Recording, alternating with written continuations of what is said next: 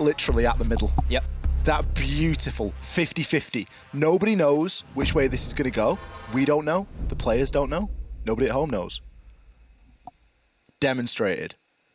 Straight down the middle, as even as you like. This, for all intents and purposes, is a best of one right now. It's for all the marbles. And yeah, like you said, best of one essentially. This is it. This is the map. Who wins goes through. Who loses goes home. Who will it be? Will it be 86? Will it be Totem? I mean, the rally that 86 has had, my oh my, it puts a lot of, I would say, question marks above the heads of Totem. You know, where do Totem go from here? Because their mental must have been shocked. Can Totem close a door?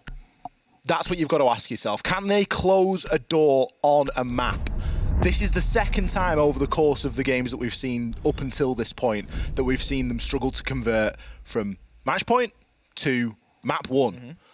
And it's potentially the second time that it's going to hurt them because, as you say, the momentum and what this does for the mental now on Viperio has got to be substantial. That's a huge, huge mental win. You got to ask these boys, at the start of Villa, 2-3 rounds in, did they think they were going to get to club? Realistically, like competitive spirit aside, if you were asked for a realistic answer, you've got to give, there's got to be a moment where you go, well, it's not looking good at the minute, is it? But they fought back. 8 clean rounds in a row, and they were able to take us to where they needed to be, which was that 8-6 result. Here and now, looking toward Clubhouse, they're going to start things off on the defense. Totem starting off on the attack. I don't know if there's much advantage to be gained through which side you start on, particularly if you look at how well Totem have attacked overall tonight. Don't forget, a lot of their problems on Villa came through the defensive rounds. Look at the bans. So this kind of makes the basement so difficult to get into. Basement is going to be a real issue for attackers, and that's because you don't have a Maverick and you don't have a banner. So the feature of impact tricking, I would say, would be very, very dominant inside of this matchup. And then if you look towards Gym Bedroom, look towards Cash and CCTV Room, you don't have Kite and you don't have Bandit. So that actually makes it quite attacker-sided in many elements, Ollie.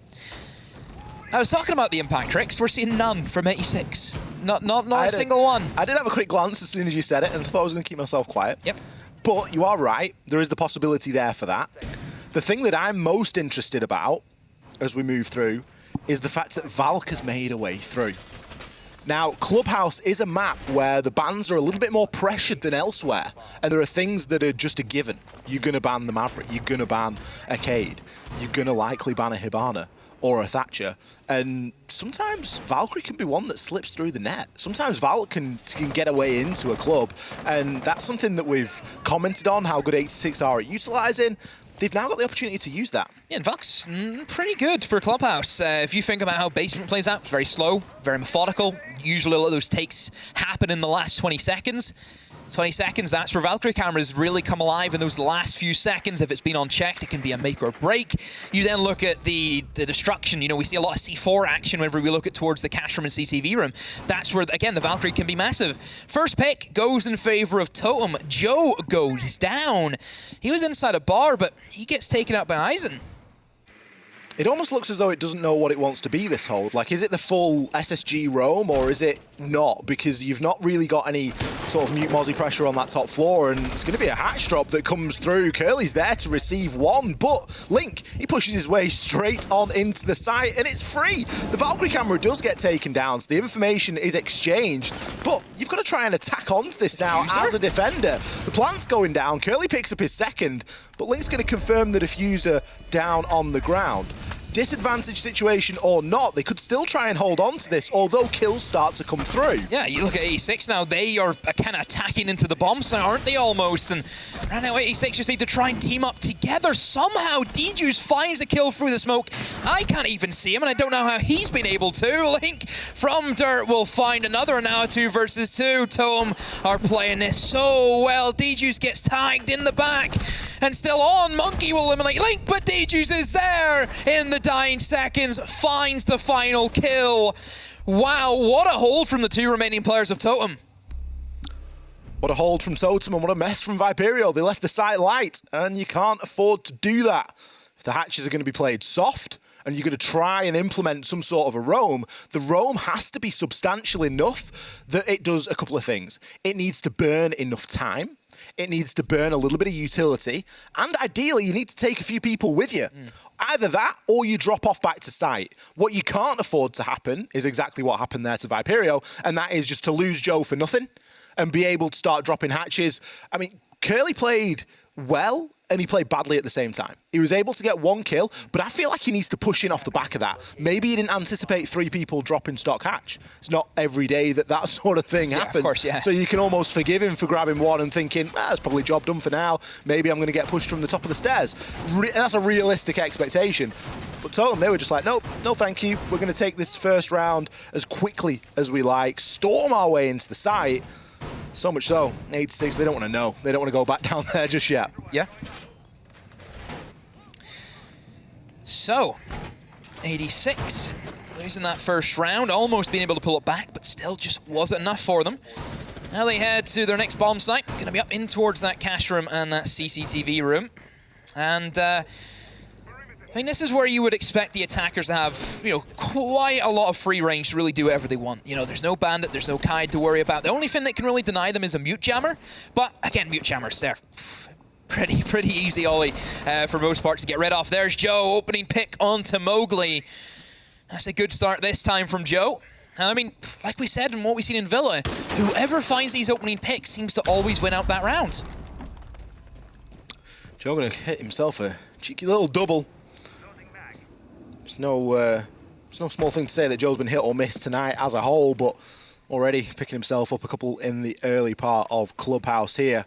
I mean, I think we went to sort of round number 4, round number 5 until we saw Joe see any success on Villa. So for him to get started is going to be a big win, but we know that Viperio's ability to get those kills is a lot deeper than just Joe on his own.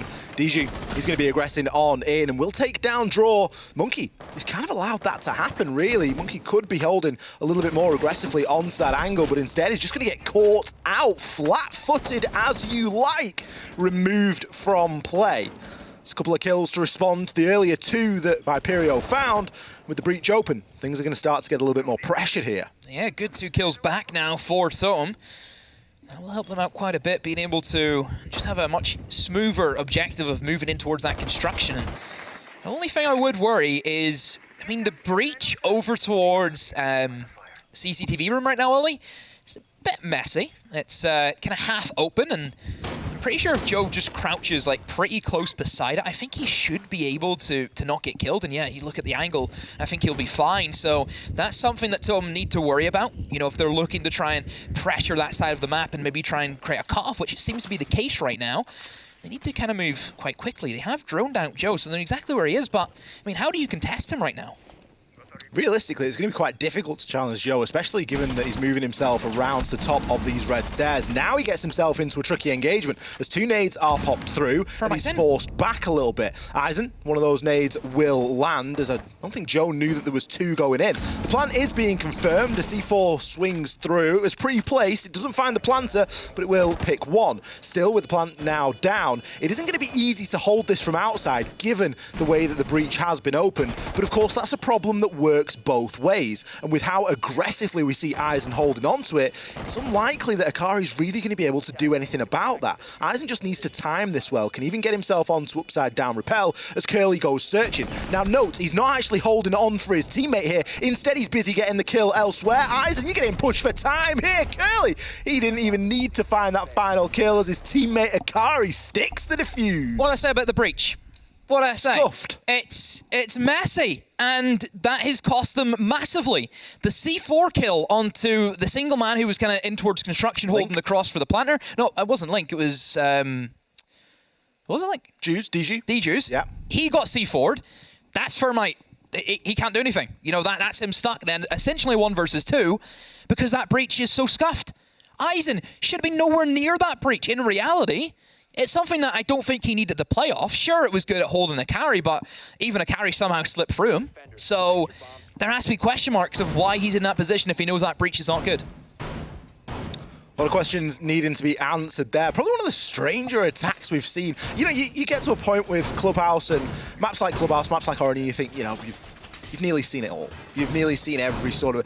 I can't really remember a time seeing a breach that scuffed in a game like this.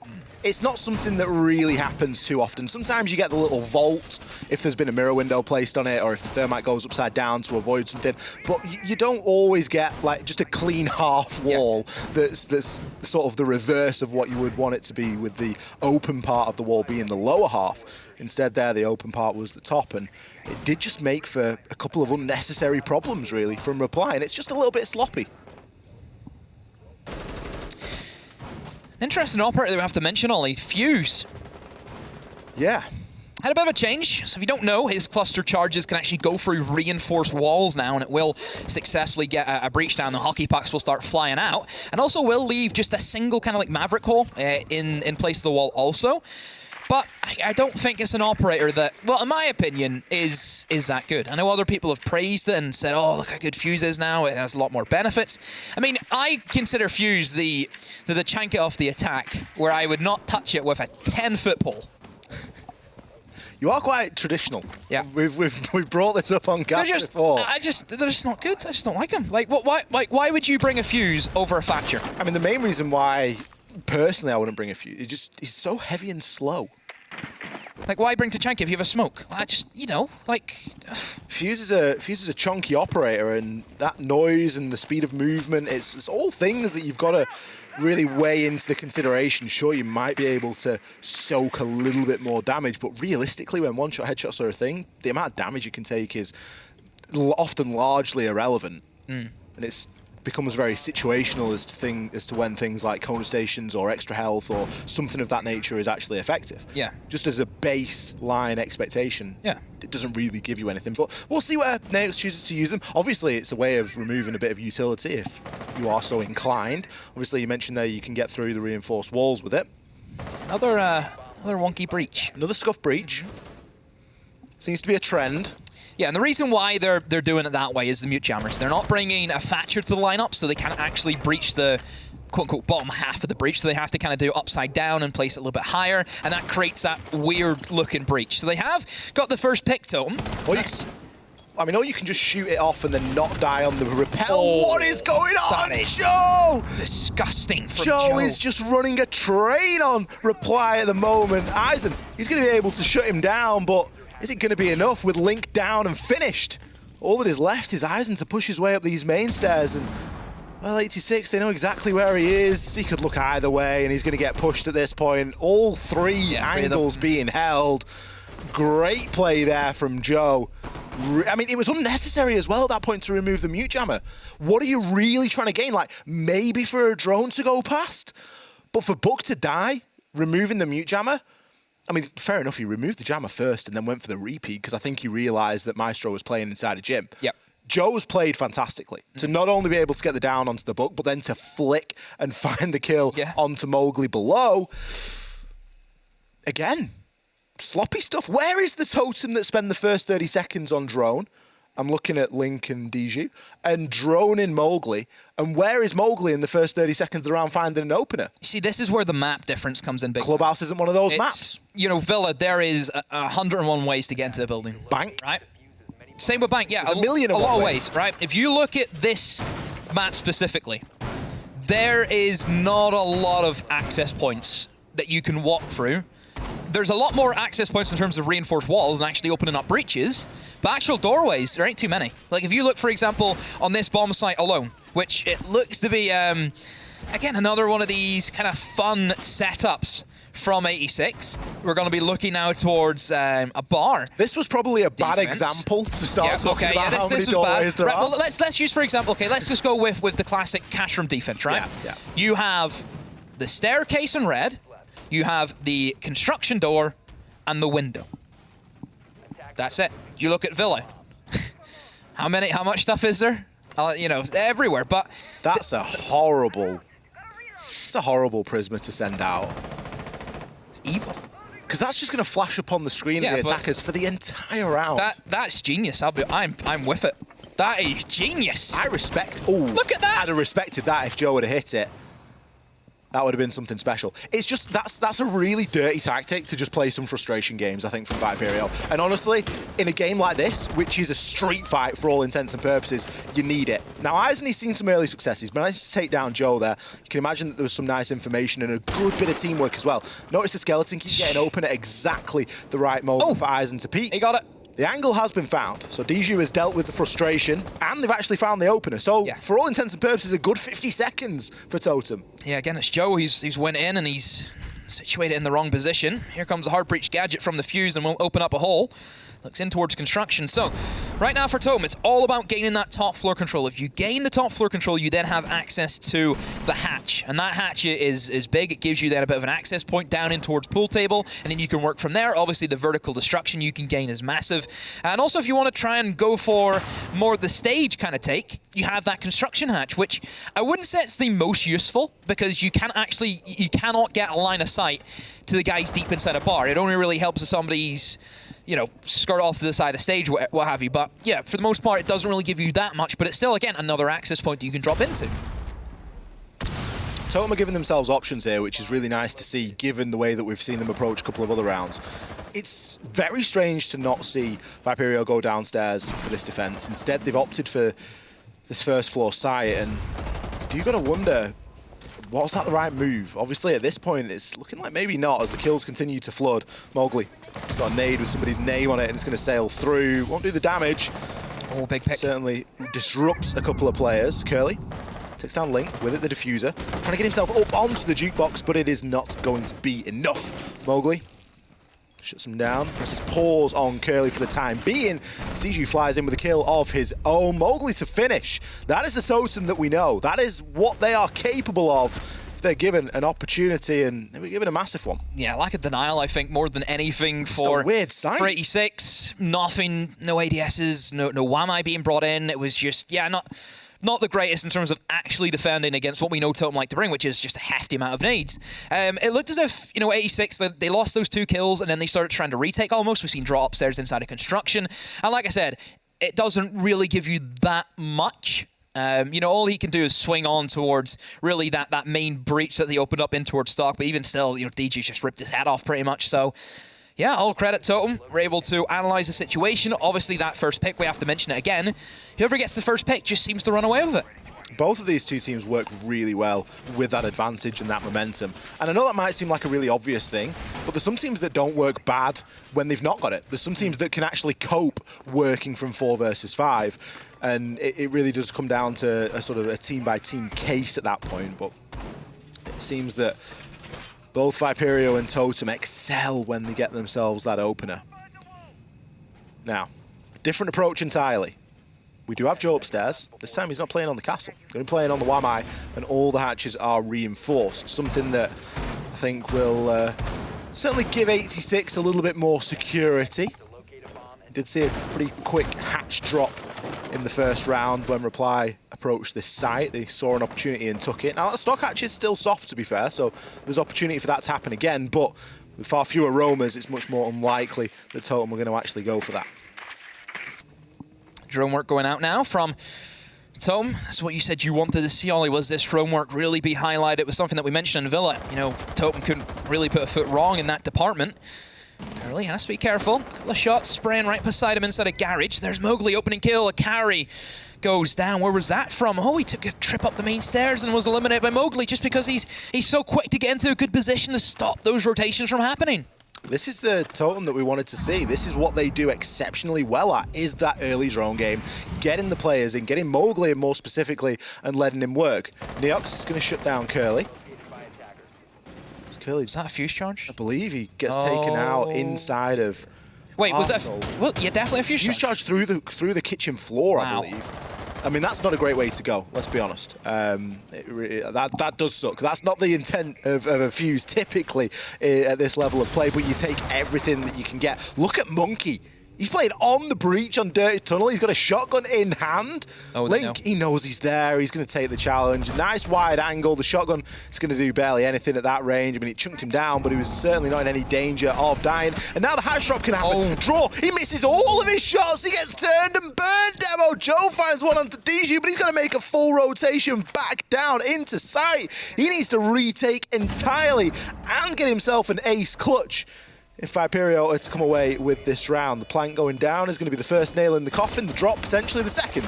Joe looking to see if there's anybody that he can find free, but eventually Mowgli hammers in the third. So, again, having that man advantage, having the numbers up with them, and they see the opportunity and they just drop. They know players are off site and they take full advantage of that. I mean, 86 weren't really even in the running for that round at all. Everyone just got picked off one by one, and there was barely any refrag. Like you said, Joe was stuck in a 1 versus 5 in that scenario, and again, so difficult to really ask from him at that stage. Totem aren't afraid of a hatch drop. No. That's what we've learned. Totem are not afraid. They'll take the trades. To take that early advantage and then use the advantage that they've taken in the first part of the round to then take trades on the site. And that's something that they are more than happy to work with. 3 rounds to 2, as we currently sit. Last round of the defense for Viperio. Still an opportunity at a 3-3 split. It's worth mentioning. By no means is this said and done, and no one's running away with this game just yet. But considering it went 1-1, 2-1, 2-2, now we're starting to see Totem chain 2 together back-to-back. Or indeed. I mean, both sides have showcased they're definitely attacking teams. Yeah. I think that has been the biggest thing to take away from Villa. Which is good to see. But yeah, just defenses at the moment not looking the strongest. And let's see if 86 can do the business. This was a bomb site that they won last time. It was onto, I would say, a bit of a misplay. Big misplay by Totem. Just trying to play off a breach that gives them absolutely nothing. In hindsight from Eisen that time, he just was on a breach that he couldn't stop anyone rotating away. It then left Link in a horrible 1 versus 2 scenario for himself. And it was quite simple for 86 to capitalize on that crucial mistake. Hopefully they don't mess up on it this time. I say that mute jammer's there again, but it looks as if they're actually going to use the fuse cluster charge to eliminate potentially the mute jammer if they can catch it. Let's see. Oh, don't. Oh, just about. I thought they were all just going to just go away from it, and that was going to be it. I was worried. RNG was not on Neox's side there until that last charge actually went off. That's done a lot of things.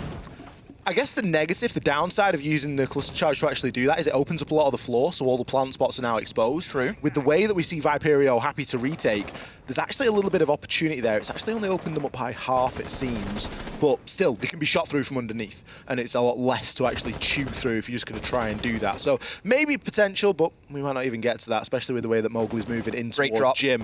Draw will get himself out of dodge and is allowed to make that rotation. Yeah, good timing there from Draw. Realizes that the jig is up. And do Totem still think he's there? It looks as if they do, because you can see them holding on to the angles for essentially a ghost right now. Draw has dropped down below, and I think the biggest worry for Totem, like you mentioned, Ollie, right? Totem are just all in. They've used the fuse cluster charges to open up these breaches. They've rotated towards bedroom. Last time they didn't check for C4s below. They had no intention of going towards lounge. And this is where the C4 action could come in massive. That is so well played by Joe. Eliminates the fuse. Sure, Eisen's got the trade-off, but still, that's an exceptional frag to get, because you've seen the fuse. The fuse was going to try and take out Monkey's shield, and now what do Totem have to eliminate it? Probably you're going to have to get in Eisen with his nades. You're certainly going to have to juggle some utility around to try and make this happen. With that wall into construction being soft as well, it doesn't give free passage for anybody on the side of Totem to just waltz on through. Monkey blows the shield to give himself a little bit of cover and buy himself some time. Trying to shotgun out now through the wall, does grab the down over onto Mowgli. Link, he shuts down Curly in the meantime. Link is still just threatening on the hatch. If he goes close, he's going to get turned away. And Monkey, he sends him packing. He's going to go for a third here, but does get full white flash and eventually finished off. Still 2 versus 3. Advantage here for Totem. Akari inside a garage. Great position to be playing. Draw makes a move on through, looking for that rotation. The long angle paying off there as Akari is able to take down Mowgli. Eisen, that is the kind of play that you need. That is the quick thinking required. gets himself out of construction, straight over the top and onto platform. Finds the last two and makes it look easy. Phenomenal rotate, and just look at the difference whenever you actually have a breach open. It makes a world of a difference for him. But yeah, just phenomenal work. I mean, Monkey, he's just staying alive, wasn't he? Just the Bee Gees. I'm telling you. I don't know how he does it.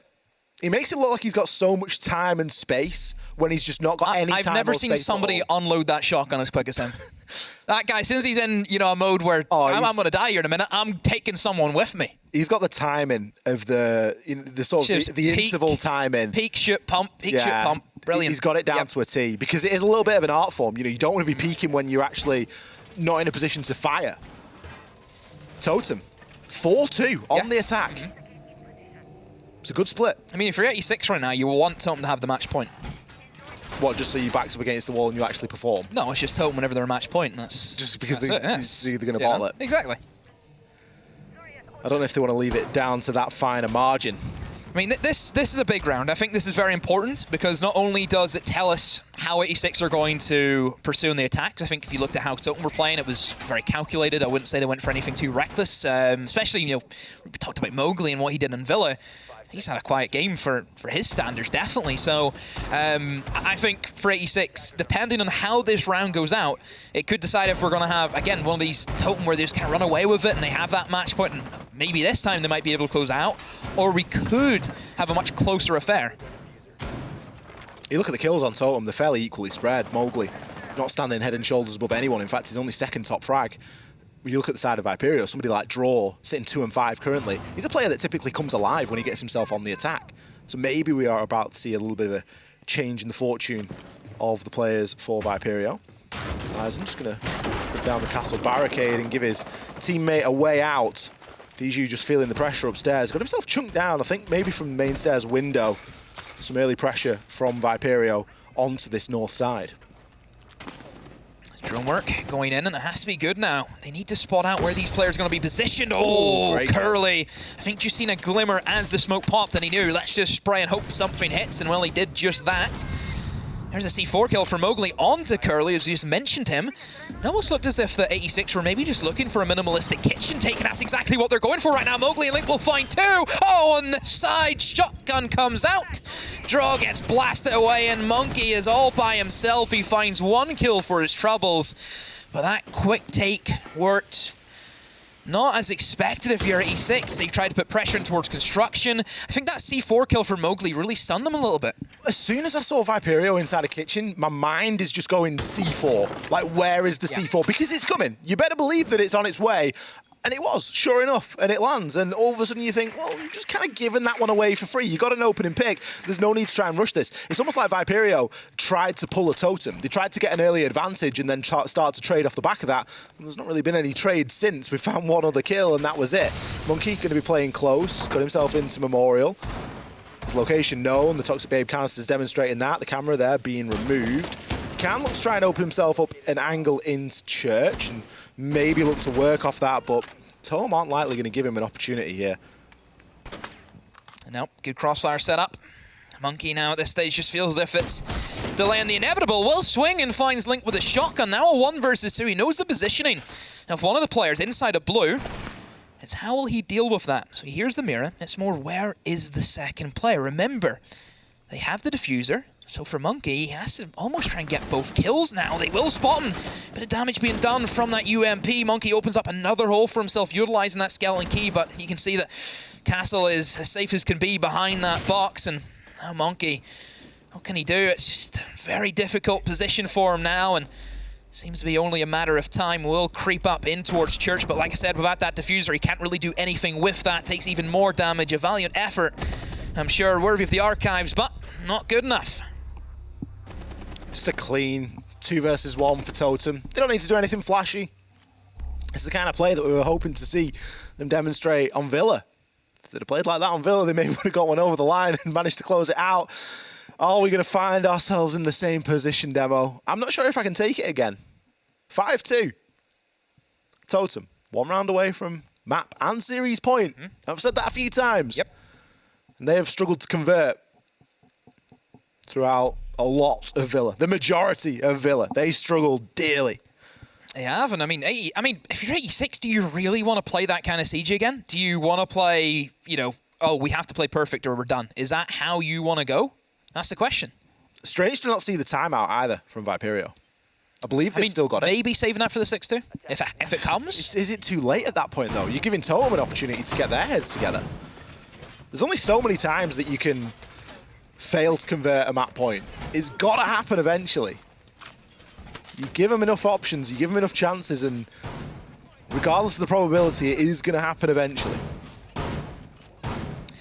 So we move up stairs now for 86, and we've kind of mentioned this should be a much more attacker-favored bomb site compared to the basement, where naturally without a kite or a bandit, there's not a lot really stopping you from opening up that wall. They have a Thatcher, something that we've seen Totem that they had no intention of bringing was the Thatcher, and it kind of caused them issues. You know, we've seen them struggle open up the breach at times. He had to bring a fuse in to kind of cover that, so yeah, it's good to see the Thatcher being brought.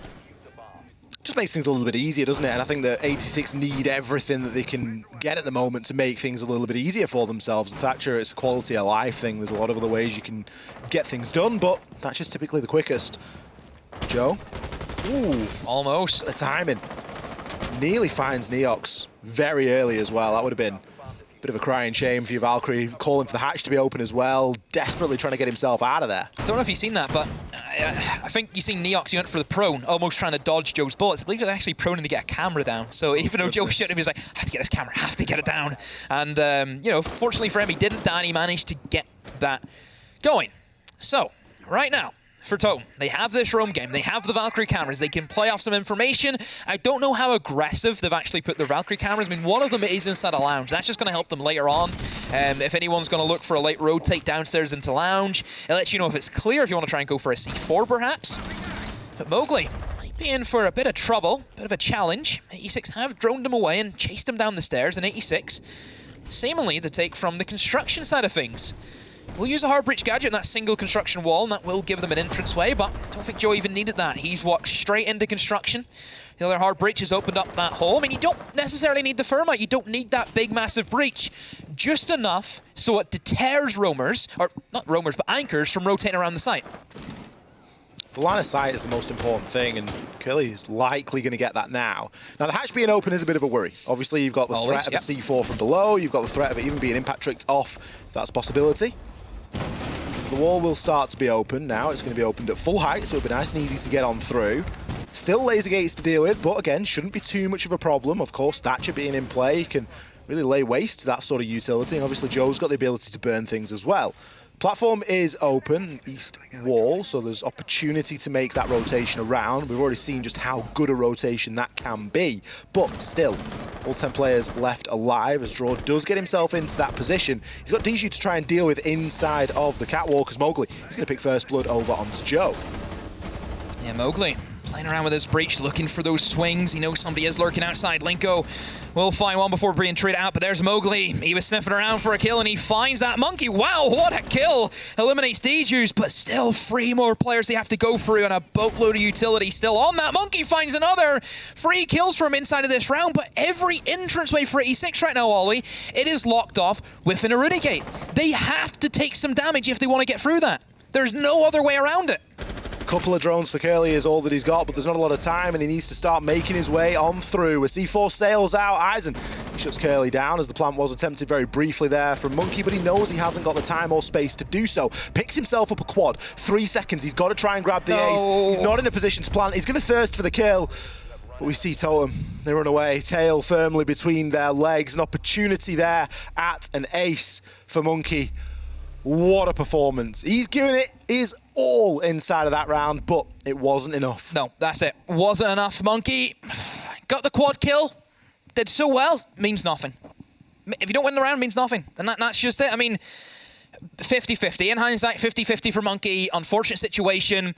You know, he could have planted on that construction breach, but I think the biggest kicker was you just didn't know where that Valkyrie was. That was it. Valkyrie could have rotated up red stairs. We've seen Valkyrie linger downstairs. Obviously, we have that, you know, that great insight of being able to see where players are because we have wall hacks, Ollie. You know, we got the X-ray vision. You know, we can see what people are doing. So, yeah, in hindsight, if he'd stuck that plant as soon as he got the kill into the Jaeger, could he have got it down in time and then maybe got a lucky challenge onto the Valkyrie? Who knows?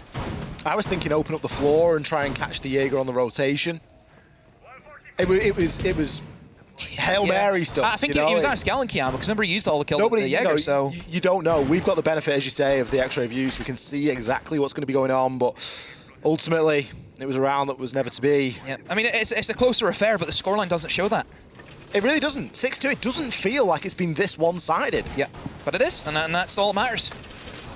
Totem. Nobody remembers the games, Ollie, just the scoreline. It's true. That's it. It doesn't matter how you get there. Just got to get the win. Totem, 6-2. Are they going to be able to come away with a win here and now? It's exactly the same scoreline demo as Villa. It is almost the same scoreline as Totem versus M&M 3 weeks ago. They have got past form for not converting this map point. It's do or die. This is the time. Last map. Last game of the night. An opportunity to progress inside of the lower bracket. I mean, Totem, can you close it out? Will you close it out? You have plenty of chances to do it. Don't let Villa drag you down. This is Clubhouse. It's the best of one, remember? It's the best of one, Ollie. It's not best of three anymore, it's best of one. Whoever wins this wins. That is it. That's all they care about. Oh no. Oh no. Joe has found the opening pick. Eisen goes down, and typically whenever Joe finds one, usually more follows. He's like a bus. You wait a long time for a Joe kill and then two come at once. Nade kill usually to follow. It's typically one nade, one with the gun. It varies, it depends. Sometimes it doesn't happen, but it's an advantage, and an advantage that Viperio need to try and work with here. Curly, he doubles down. Takes out Mowgli. Mowgli going for a run out there? Yeah, he did, yeah. This is what I mean. Totem, why are you forcing it? You don't need to. You don't need to rush this. It's Totem not in good nick right now. They need to try and find something. However, not a lot of movement. A lot of movement though from 86. See the rotation start to come round. Monkey will go and Joe on those windows, and Joe just did a quick sweep of the bomb site. And realistically, there's not really anyone, to be honest, only stopping them. There seems to be a lot of pressure downstairs. Joe, there's the second, eliminates the only man inside a bedroom. You have one guy in office, one guy downstairs in gym, or downstairs below the gym inside of bar. So looks as if Totem starting to let this round slip away from them. There's somebody started right in towards that 90 corridor. It's going to be Joe. Of course it's going to be Joe. Draw will find one, and now Neox, we knew he was downstairs from essentially the kind of start of the game, and what can he do? 1 versus 5 has a C4, but doesn't even get that close. Joe will find his third of the round, a flawless for 86. Oh, this is fun. This is fun. What is it about the pressure that Viperio are able to perform under? Like, how do they manage to pull it out? They just pull it flawless, just out of nowhere. And it's a flawless round demo out of a game where we have seen them do barely anything. Barely anything. 3 rounds. I don't like this. Because it's like, yes, you know, Totem 6-3. Oh, yes, come on, Totem will finish this out. But the track record of Totem, it says other the track record. They're not going to. It doesn't uphold in court, Ollie. It's fraudulent. It's dismissed. It all comes down to 86's ability to switch it on. I feel as if it's 86 he has to mess up for Totem. That's how I'm feeling. I don't know if anyone else feels like that. That's the scary thing. That's the scary thing. When you've got a team that are 1 round away and you feel like the team that are 3 rounds away are the ones that need to make mistakes, that's a problem. Yeah.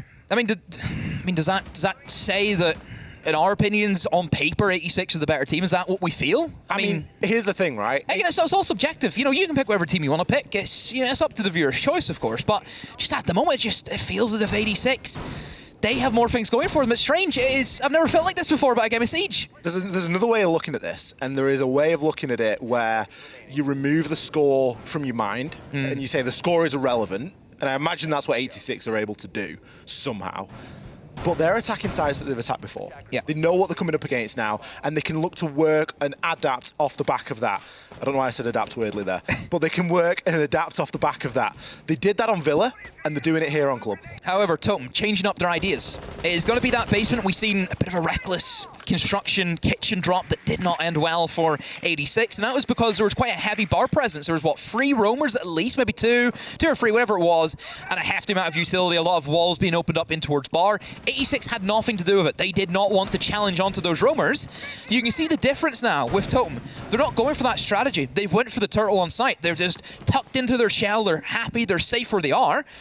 I don't know if that's what they want. I mean, if you're 86, that's what you want. You want to be able to have a, an easy cruising passion where you're in the fast lane. It just allows you to get everything open rapid. It hasn't even been a minute, Ollie, and the hatches are just getting knocked one after another. You want the time. That's the big thing.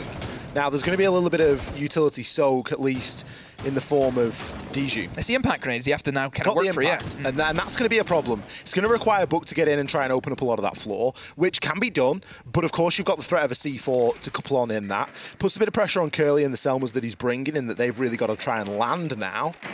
I mean, here's the issue now for 86, though. Ace does not have enough Selmas to open up the hatch and also burn through 2 impacts, because he only has 3. Yes, you might be able to take out 2 of them, but you need 2 Selmas to open up that hatch. There's the first pick. Mowgli finds Joe on blue stairs. That is never a good sign for 86. Whenever Joe falls on the first opening pick, it usually ends pretty miserably for them. However, Monkey has responded with a kill on the Dijus. They have actually managed to open up the hatch. Ollie was worried that they couldn't do that, and they still have an extra Selma to open up in towards dirt. So pretty much everything is open. There is everything right now that 86 can go for. It's just, what are they going to choose? Is it going to be the correct decision? I mean, if I'm 86, you think kitchen dirt's easiest. It is. That's the bread and butter of Clubhouse. Fuse is still going to be cold, but it's not too much of a problem. It can be collected here. A little bit less than a minute remaining. Oh, did he see? I think he can see the back end of the Aruni there. I'm not sure if he sees it. You can just... I think he gets a glimpse, I mean, I can see it, but then again, I'm hacking. It's highlighted in blue. We can see it. Of course we can. The biggest problem at the moment is there's no drones left here for Viperio. They've got 35 seconds, and they're going to be starved of information. A smoke to try and cut off the line of sight, but Toxic Babe canisters equally to slow down the roll. More vertical angles now being open. Akari trying to hold on from the hatch. If this is a hatch drop, it is going to be dangerous. Curly, inside a dirt tunnel. He gets taken down as well. All the pressure that's coming in from the periphery is falling. Akari, can he steady the ship? Grabs himself one as Draw has dropped himself in. Looking to now push down long as he has an opportunity to take the engagement, but Agumine is going to significantly slow down Viperio here. The final 2 kills come in, and who else to pick up that last kill demo? Who other than Mowgli? He has had one hell of a series, and Totem owe him a debt of gratitude here tonight. Stepped up consistently across the full 3 maps, and Totem, they're able to lock it in and progress through this lower bracket. Wow. Totem being able to finish off Mowgli, of course, shows up in the last